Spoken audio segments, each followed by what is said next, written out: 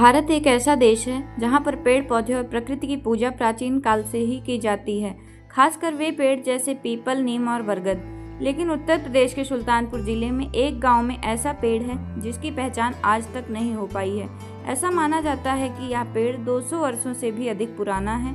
इस पेड़ की पहचान न हो पाने की वजह से पूर्वजों ने इसका नाम अनजान बाबा रख दिया और इसकी पूजा करने लगे। यहाँ की सबसे खास बात यह है कि यहाँ पर बने हुए आसपास घर के लोग कोई भी कार्यक्रम करते हैं तो बिना अनजान बाबा की अनुमति के लिए पूड़ी नहीं बना सकते। स्थानीय निवासी राम कुमार यादव बताते हैं कि उनकी 2-3 पीढ़ी से यह पेड़ इस स्थान पर है, लेकिन आज तक कोई भी व्यक्ति इस पेड़ की पहचान नहीं कर पाया। दूर से कोई देखता है तो ऐसा लगता है कि इसकी पत्तियां शीशम की हैं, लेकिन नजदीक जाने पर यह किस तरह का पेड़ है आज तक कोई नहीं जान सका है। इस गांव के रहने वाले आशीष कुमार यादव बताते हैं कि यह बहुत ही प्राचीन पेड़ है। इस पेड़ की शाखाएं जमीन से ही निकली हैं और प्रत्येक वर्ष इस पेड़ की कटाई होती है, लेकिन यह फिर से पनप जाता है। इस पेड़ की पहचान आज तक नहीं हो पाई, इसलिए पूर्वजों ने इस स्थान का नाम अनजान बाबा रख दिया और यहाँ पर आसपास के गांव के ही नहीं बल्कि अन्य जिलों के लोग भी दर्शन और पूजा करने आते हैं। आगे बताते हैं कि अनजान बाबा स्थल के पास बने घर में जब कोई कार्यक्रम होता है तो बाबा के बिना अनुमति की पूड़ी नहीं बन पाती। सिर्फ इतना ही नहीं बल्कि जहाँ पूड़ी बनती है वहाँ स्थल अनजान बाबा की सीमा के अंदर ही होता है। स्थानीय लोगों में राम कुमार यादव, राम कृपाल यादव और अन्य ग्रामीणों ने इस देव स्थल को पक्की सड़क से जोड़ने और यहाँ पर स्ट्रीट लाइट और बैठने के लिए सीट की मांग सरकार और स्थानीय जनप्रतिनिधियों से की है। दादा, क्या नाम है आपका? राम कुमार यादव।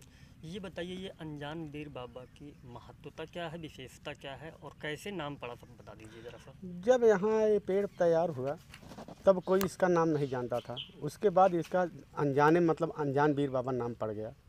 कितना पुराना? बहुत पुराना, बहुत दादा बाबा बताते हैं हमारे बहुत पहले से ये चला आ रहा है इसे। 100-200-500 साल। हाँ, कई साल, उसकी गणना नहीं कर सकते कितने साल का पेड़ हो गया।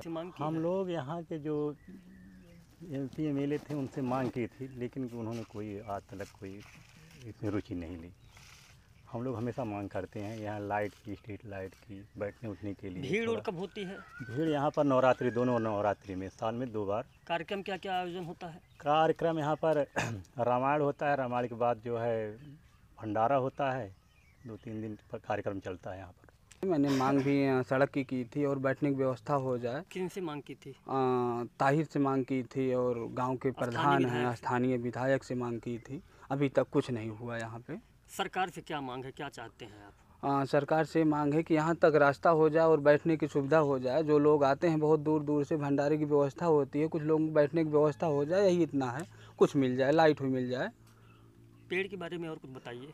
पेड़ के बारे में प्राचीन काल से इतनी आस्था है, यहाँ लोग अगर आँख मूंद के कोई भी दिक्कत होती है आते हैं और यहाँ से कोई निराश आज तक कोई गया ही नहीं, कोई निराश हो और यहाँ निराश होकर लौटे भी।